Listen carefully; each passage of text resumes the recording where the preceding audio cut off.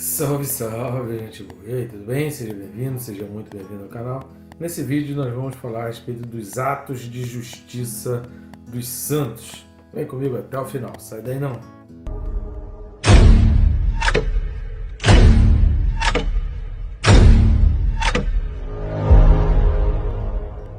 Só que antes não esqueça de se inscrever, né? Pelo amor de Deus, inscreva-se aí, que é bem rápido e fácil. Vai clicar no botão que está aí embaixo, inscrever, senão vai tomar o seu tempo, nem vai atrapalhar o seu dia. Aproveita e clica no sininho para que você seja notificado a cada vídeo novo que é colocado aqui no canal. E conto contigo, clica também, curtir, comentar e compartilhar. Já deixa aí logo o seu like ou o seu dislike, mas por favor que seja um gostei. Porque curtindo e comentando, clicando aí no gostei e comentando, o YouTube mostra esse vídeo para mais pessoas.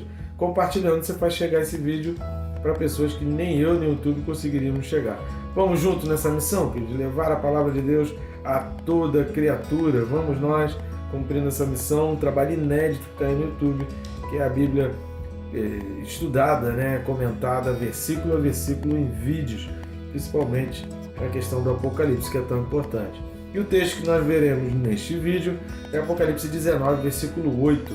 Apocalipse 19, versículo 8 diz assim: Pois lhe foi dado vestir-se de linho finíssimo, resplandecente e puro, porque o linho finíssimo são os atos de justiça dos santos.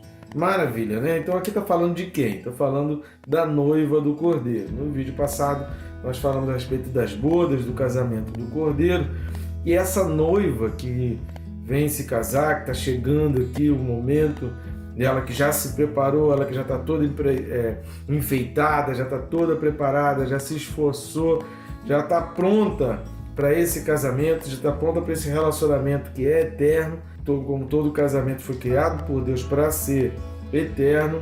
Agora que ela está pronta, está dizendo como. Ela foi pronta porque ela está vestida de linho finíssimo. Uma das características principais de destaque aqui em relação às vestimentas e ao preparo da noiva é o fato dela estar de linho finíssimo.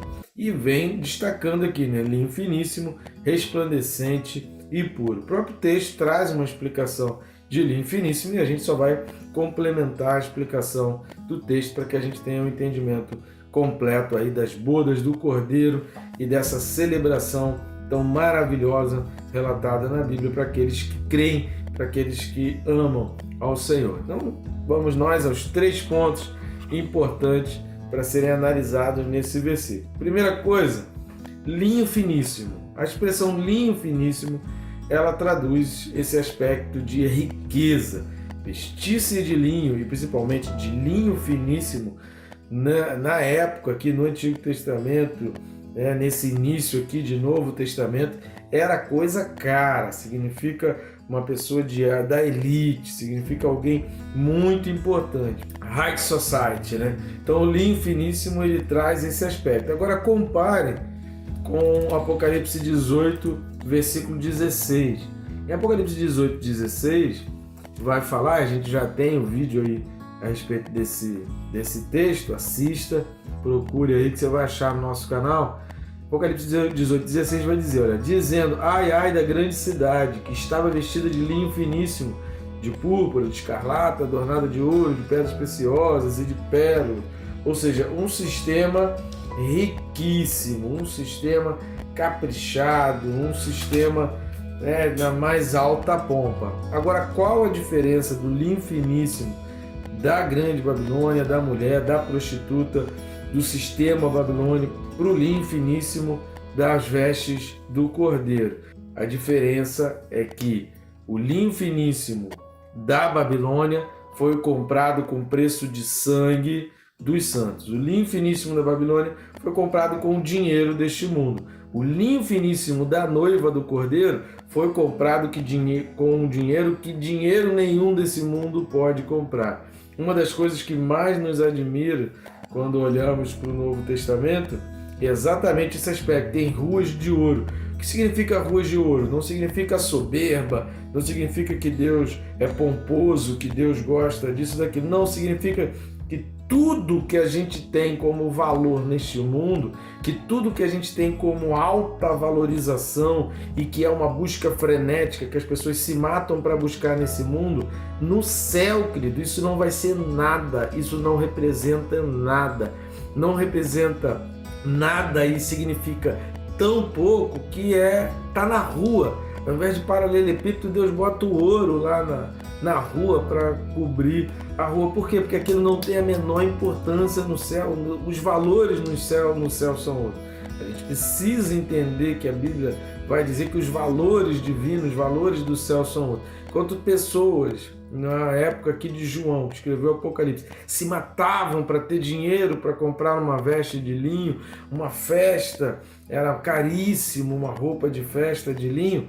Querido, no céu, isso depende do coração, depende dos atos de justiça, depende da tua vida, do teu relacionamento com Deus, para ter uma roupa caríssima dessa. Então, os valores são completamente diferentes. Nós falamos sobre isso nas cartas ao Apocalipse, que são mencionadas também as vestes. Assista os vídeos correspondentes às 7 cartas do Apocalipse, para você também compreender essa questão do quanto a gente pode fazer aqui para ter as melhores vestes no céu, que não são adquiridas, querido, com nada do que o mundo pode imaginar ou pode supor que conseguem adquirir. A segunda coisa que a gente vai falar, que a terceira é o ato de justiça, mas a segunda coisa, antes da gente falar dos atos de justiça, é esse aspecto de puro. Dá uma lida em Mateus 27, 59. Mateus 27, a partir do versículo 57, está falando do sepultamento de Jesus. No versículo 59, está dizendo e José, tomando o corpo, envolveu num pano limpo de linho. José de Arimateia, né? E o depositou no seu túmulo novo, que fizeram abrir na rocha. Jesus foi sepultado no túmulo de rico, no túmulo que era caríssimo. José de Arimateia era um homem muito rico.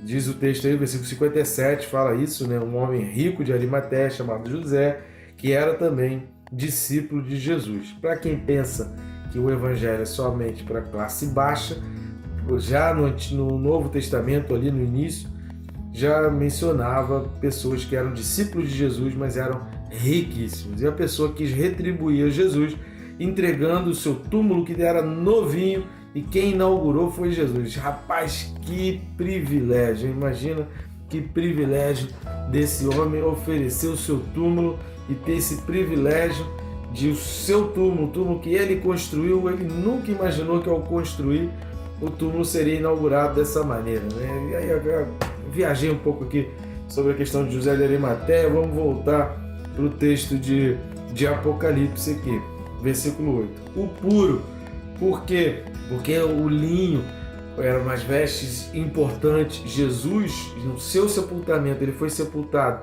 num túmulo de rico, num túmulo que nunca tinha sido utilizado antes, era novo. O texto diz lá, Mateus 27, a partir do 57, vai dizer que o túmulo era novo. Jesus inaugurou o túmulo, ele foi o primeiro e ele foi enrolado em linho. Querido, se o linho já era uma roupa cara para você ir para uma festa, para você poder enrolar um corpo do morto para sepultar, querido, isso aqui tem que ser muita dedicação e muito amor. Então, quando está falando aqui do linho resplandecente puro, está se relacionando a esse amor, a essa entrega. O linho, ele é puro. As vestes do cristão, as vestes da noiva do Cordeiro, elas são puras porque elas são feitas do amor, elas são revestidas do amor, em oposição ao capítulo 18 das vestes aqui da mulher da prostituta da Babilônia, que eram revestidas de prostituições, de adultérios, de orgias,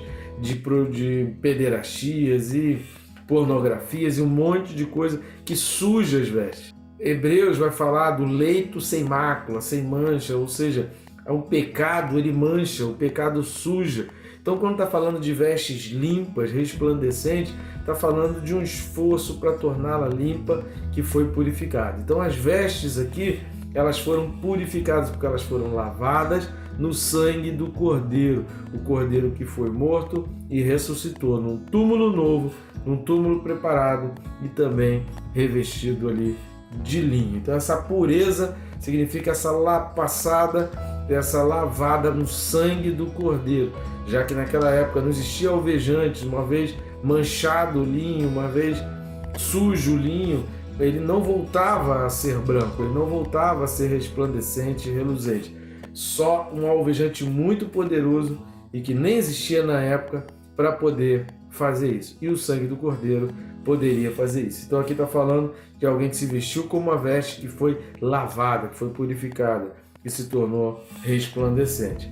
Terceira coisa que a gente vai falar é exatamente dos atos de justiça.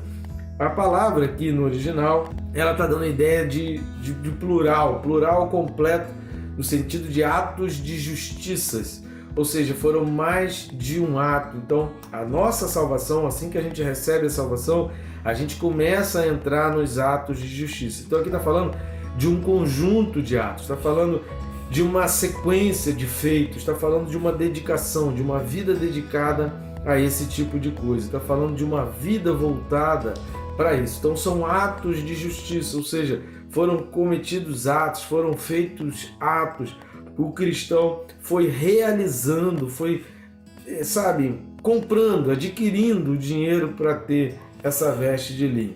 E aí a gente precisa dar uma olhada em Mateus capítulo 6, lá no Sermão do Monte, em Mateus capítulo, a partir do capítulo 5, ali nas bem-aventuranças, né, o versículo 6, que é a quarta das bem-aventuranças, os que têm fome e sede de justiça. No capítulo 6, a partir do versículo 1, ele vai falar da prática da justiça, ele vai começar a exemplificar essa questão da justiça. A piedade judaica, querido, ela tinha 3 tipos de atos de justiça: a doação, a oração e o jejum.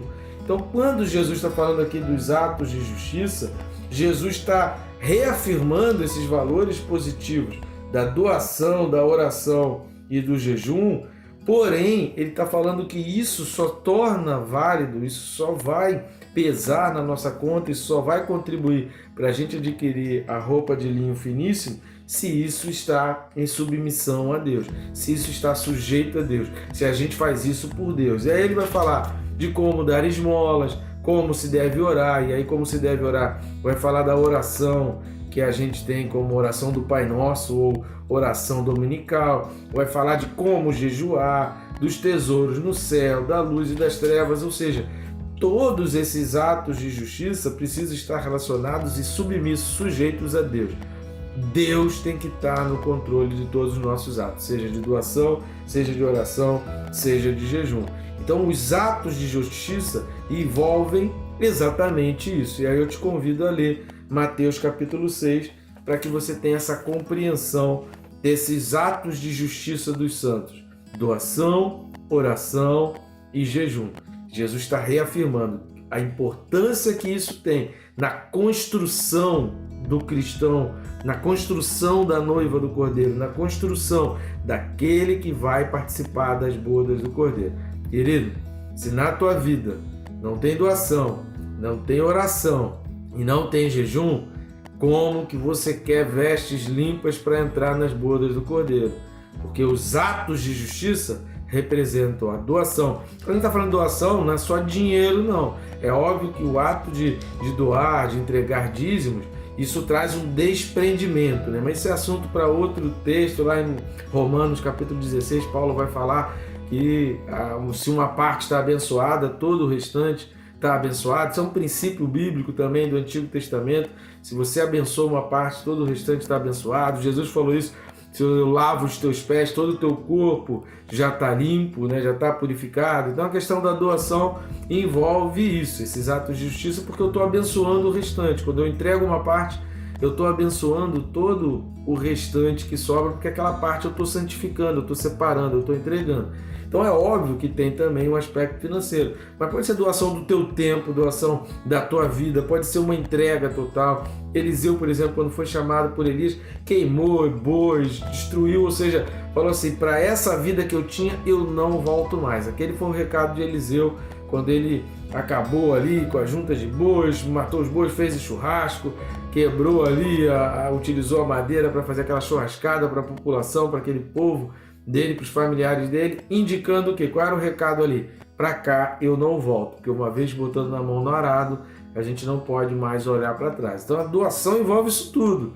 Envolve essa parte financeira, envolve a vida, envolve o não voltar atrás, envolve o não voltar à vida que a gente vivia antes de Jesus Cristo, e envolve toda essa entrega financeira, entrega de vida, entrega de tempo, entrega, né, da mentalidade, de tudo que imagina. A doação envolve isso. E a oração é a intimidade, é relacionamento. E não tem como você ter um relacionamento com uma pessoa sem conversar, sem telefonar, sem mandar uma mensagem, sem entender o que a pessoa gosta, o que não gosta. Que relacionamento é esse? Não tem como ter relacionamento.